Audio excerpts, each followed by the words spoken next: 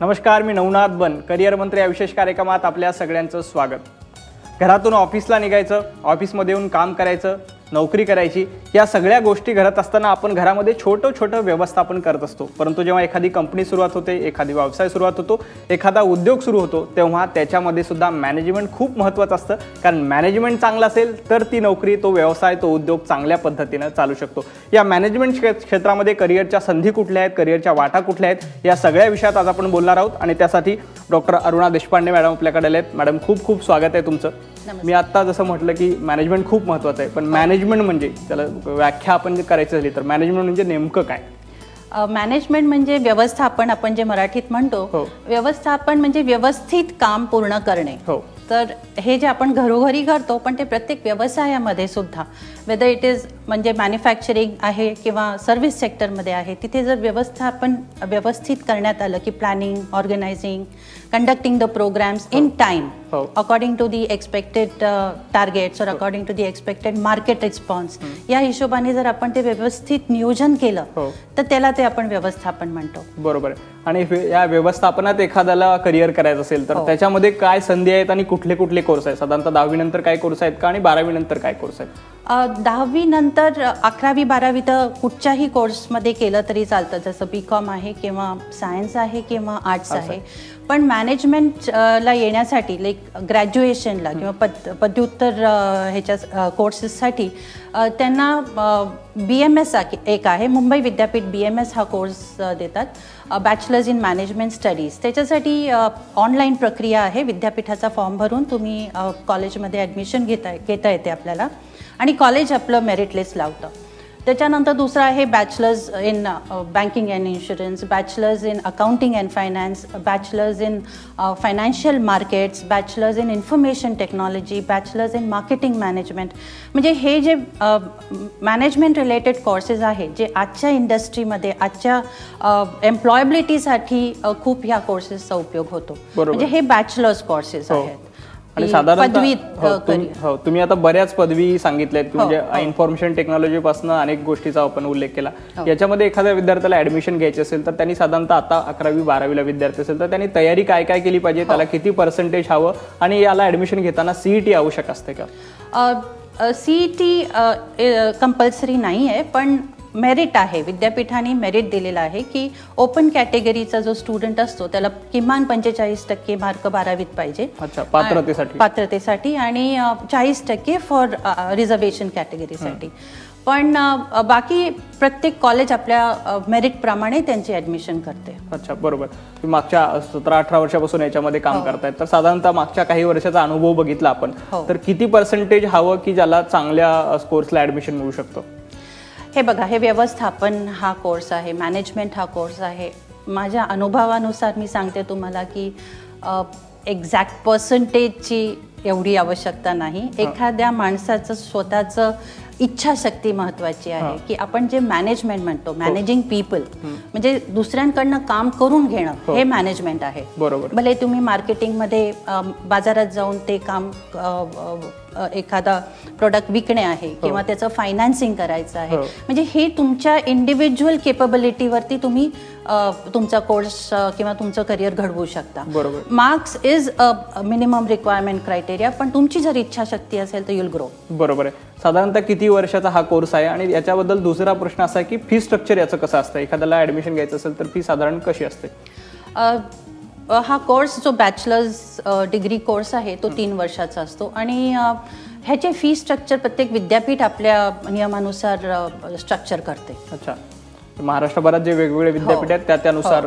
आणि समजा एखाद्याला विद्यार्थ्याला, आपल्याला औरंगाबादचा विद्यार्थी असेल किंवा तिकडे अमरावती चंद्रपूरचा विद्यार्थी असेल किंवा इकडे कोल्हापूरचा विद्यार्थी असेल, तर अशा विद्यार्थ्यांना याच्यामध्ये अभ्यासक्रम करायचा असेल तर त्या ठिकाणी हे कोर्सेस उपलब्ध आहेत का? हो, काही विद्यापीठ ह्या कोर्सेसला BBA असं म्हणतात, बॅचलर्स इन बिझनेस ॲडमिनिस्ट्रेशन। अच्छा, आणि हाच masters program is masters in business administration, MBA। Mumbai विद्यापीठ ह्याला बॅचलर्स इन मॅनेजमेंट स्टडीज म्हणते आणि मास्टर्स इन मॅनेजमेंट स्टडीज म्हणते, लाईक MMS।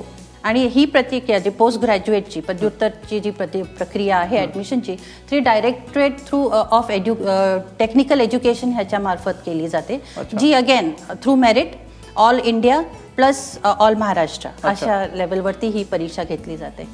आणखीन एक अभ्यासक्रम आमच्या विद्यापीठामध्ये जो आहे तो आहे 5 इयर्स इंटिग्रेटेड प्रोग्राम आहे, जो बॅचलर्स इन मॅनेजमेंट स्टडीज 3 वर्ष देतं आणि त्याच्यानंतर कंटिन्युअस तुम्हाला मास्टर्स MBA पण करता येतं.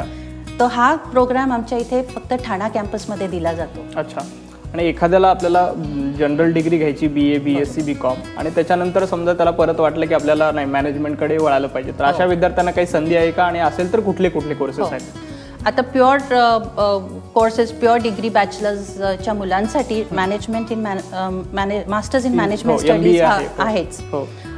प्लस 2 वर्ष त्यांनी जर वर्क एक्सपिरियन्स किंवा कामाचा अनुभव घेतला तर त्यांना मास्टर्स म्हणजे पाहिजे त्या अभ्यासक्रमामध्ये masters in marketing management, masters in financial management, masters in human resource development management हे 3 इयर्स पार्ट टाइम कोर्सेस पण विद्यापीठ देतं की जिथे त्यांना नोकरी करून सुद्धा मास्टर्स डिग्री करता येते, पण त्याच्यासाठी 2 वर्षाचा अनुभव मॅन्डेटरी आहे. अच्छा, म्हणजे तुमच्याकडे 2 वर्षाचा अनुभव असेल तर तुम्ही नोकरी करत शिक्षण घेऊ शकता, नाही तर मग फुल टाइम MMS नाही तर MBA करा. अच्छा, which is a full time course. बरोबर आहे. आणि तुम्ही हे सांगितलं की समजा एखादा विद्यार्थी आता 10वीला आहे, 8वी 9वीला आहे, तर त्याच्याकडे काय काय स्किल असावं जेणेकरून मॅनेजमेंटमध्ये त्याला उत्तम करिअर करता येईल? बेसिक स्किल रिक्वायर्ड म्हणायचं तर सेल्फ कॉन्फिडन्स, तो तर सगळ्यात महत्त्वाचा आहे. कम्युनिकेशन स्किल्स, आपले विचार स्पष्टपणे मांडणे हे महत्त्वाचं आहे. आणि इंटरपर्सनल रिलेशनशिप्स जे आपण म्हणतो की दुसऱ्याची व्यवस्थित आपल्या गोष्टी बोलता येणं किंवा कुठच्याही कार्याचं व्यवस्थित व्यवस्थापन करणं, हे बेसिक स्किल्स जरी तो कॉन्फिडन्सनी हँडल करू शकला ना की कुठचाही व्यवसाय, आज तुम्ही म्हणा की लार्ज स्केल ऑर्गनायझेशन म्हणजे मोठ्या कंपन्या म्हणा किंवा स्मॉल स्केल किंवा मायक्रो किंवा स्वतःचा बिझनेस, फक्त हे कॉन्फिडन्स लेवलवरच अवलंबून आहे. तुमचा आत्मविश्वास चांगला असेल तर तुम्ही कुठेही कशावरही मात करू शकता आणि त्यामध्ये तुम्ही यश आपलं संपादन करू शकता. मॅडम, आणखी एक साधारणतः प्रश्न असतो की आपलं शिकणं खूप महत्त्वाचं असतं, लर्निंग खूप महत्त्वाचं असतं. लर्निंग बरोबर अजून एक महत्त्वाचा मुद्दा असतो तो म्हणजे अर्निंग. म्हणजे एखाद्याने हा कोर्स पूर्ण केल्यानंतर त्याला कुठे नोकरी मिळू शकते आणि साधारणतः किती पगार मिळू शकतो? आता बॅचलर्स केल्यानंतर BMS किंवा BBA किंवा BFA हे केल्यानंतर त्यांना मिळू शकतं, पण ॲट अ मिडल एक्झिक्युटिव्ह लेवलपर्यंत ते लोकांना नोकरी कुठच्याही क्षेत्रामध्ये मिळू शकते. पण त्याच्याही वरती जर त्यांना मास्टर्स करून जर वरती यायचं असेल तर प्रायव्हेट सेक्टरमध्ये तर 100% आहेच. त्यांना private sector is looking out for capable employees आणि ते त्याच्यासाठी एम्प्लॉयबिलिटीसाठी आमचे कोर्सेस जे आहे हे त्यांना तयार करतात. तर स्कोप तर त्यांना खूप आहे. म्हणजे प्रायव्हेट सेक्टरमध्ये भरपूर स्कोप आहे आणि प्रायव्हेट आहे आणि पब्लिकमध्ये पण आहे. आणि एखाद्याला स्वतःला आपला उद्योग सुरू करायचा, कारण हल्ली प्रत्येकाला असं वाटतं की स्वतःच्या पायावर आपण उभं करायला पाहिजे, तर अशा विद्यार्थ्यांसाठी काय संधी आहे? आता जे आपलं प्रधानमंत्रींनी जे स्किल इंडिया मुवमेंट केलं किंवा कौशल्य, त्याच्यासाठीही मुलांना न्यू स्टार्टअप्स साठीही आम्ही त्यांना ग्रूम करतो की बऱ्याचशा संस्थांमध्ये एंटरप्रेन्योरशिप डेव्हलपमेंट सेल्स असतात की जिथे त्यांची आज ही स्किल्स, त्यांची जर आयडिया असेल काय बिझनेस करायची तर ते कशी आयडिया त्यांची रियालिटीमध्ये आणायची, कशी ते ॲक्च्युली त्यांना तो बिझनेस कसा स्थापित करता येईल ह्याचं मार्गदर्शन आम्ही देतो त्यांना. बरोबर आहे. तुम्ही आणखी एक बोलताना उल्लेख केला होता की आपल्याला पार्ट टाइम सुद्धा कोर्स करता येतो, तर त्याच्याबद्दल थोडं आणखी डिटेल सांगितलं, आपल्या काही मित्रांना त्याचा सुद्धा फायदा होऊ शकतो. हो, जसं मी म्हटलं की पार्ट टाइम कोर्सेस जे मुंबई विद्यापीठामध्ये दिले जातात ते आहेत 3 इयर्स पार्ट टाइम कोर्सेस, जे 3 वर्ष, पण त्याच्यासाठी 2 वर्षाचा तुमचा वर्क एक्सपिरियन्स लागतो. अच्छा. वर्क एक्सपिरियन्स धरूनच तुम्हाला ह्या कोर्ससाठी ॲडमिशन मिळते. आणि ह्या कोर्समध्ये तुम्हाला मास्टर्स इन मार्केटिंग किंवा मार्केटिंग जर तुम्ही केलं, तुम्ही मार्केटिंग प्युअर स्ट्रॅटेजीमध्ये किंवा मार्केटिंग मीडियामध्ये किंवा मार्केटिंग ॲडव्हर्टायझिंग आणि प्रमोशन ह्या लेवलवरती सुद्धा तुम्हाला स्कोप आहे. त्याच्यानंतर masters in financial management MFM आहे, ते सुद्धा फायनान्स रिलेटेड जे वित्तीय, आज आपलं Mumbai is a financial hub, तर त्या रिलेटेड सुद्धा त्यांना पुढच्या प्रमोशन्सला किंवा पुढच्या करिअरला त्याचा स्कोप आहे.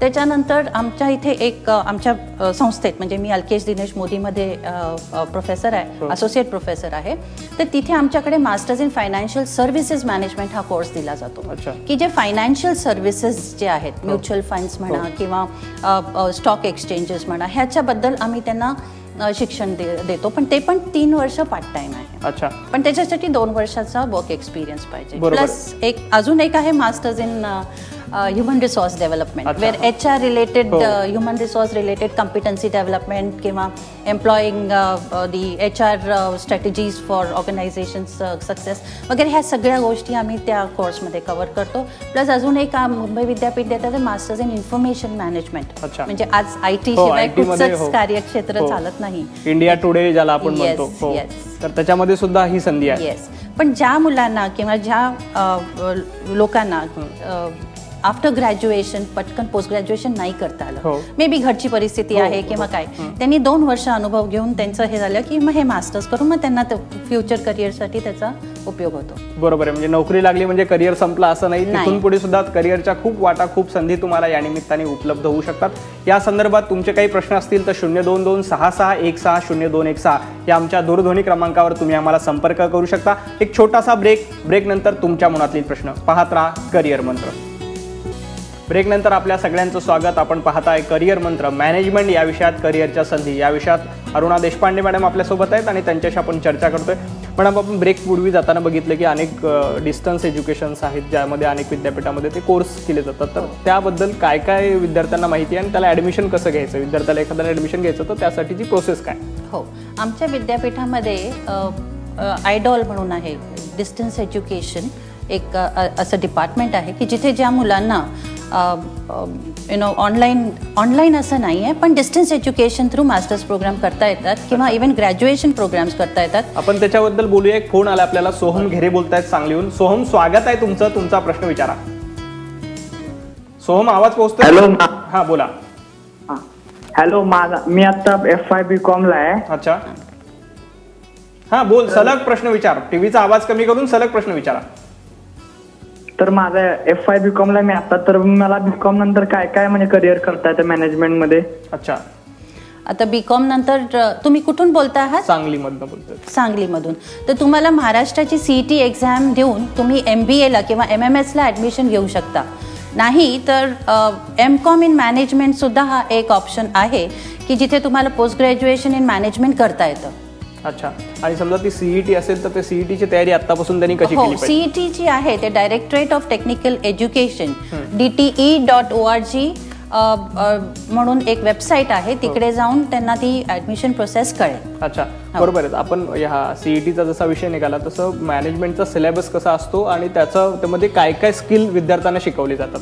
ओके, दॅट इज, हा खूप महत्त्वाचा प्रश्न आहे. आता जसं सिलेबस डिझाईन आहे तो अंडर ग्रॅज्युएट कोर्स जो BMS आमच्या विद्यापीठात दिला जातो, त्याच्यासाठी आता नवीन अभ्यासक्रम त्यांनी डिझाईन केलेला आहे, त्याचा सिलेबस नवीन केलेला आहे की ज्या सिलेबसमध्ये 2ऱ्या वर्षापासून मुलांना स्पेशलायझेशन आम्ही ऑफर करतो.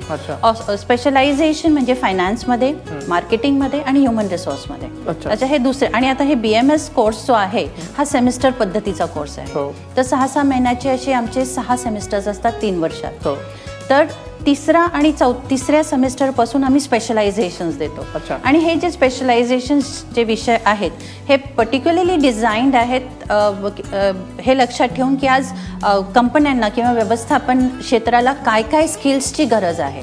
बरोबर. तर ह्या दृष्टीने हे सिलेबस आमचा डिझाईन केलेला आहे की ज्याच्यात मुलांचं कम्युनिकेशन स्किल्स आहे, प्रेझेंटेशन स्किल्स आहे किंवा त्या मुलांचं financial you can say understanding the financial statements किंवा अंडरस्टँडिंग द फायनान्शियल मार्केट्स ह्याची जी क्षमता वाढवण्यासाठी आम्ही हे कोर्सेस डिझाईन केलेले आहेत. आता हे कोर्सेस झाले हे अंडर ग्रॅज्युएट कोर्सेस.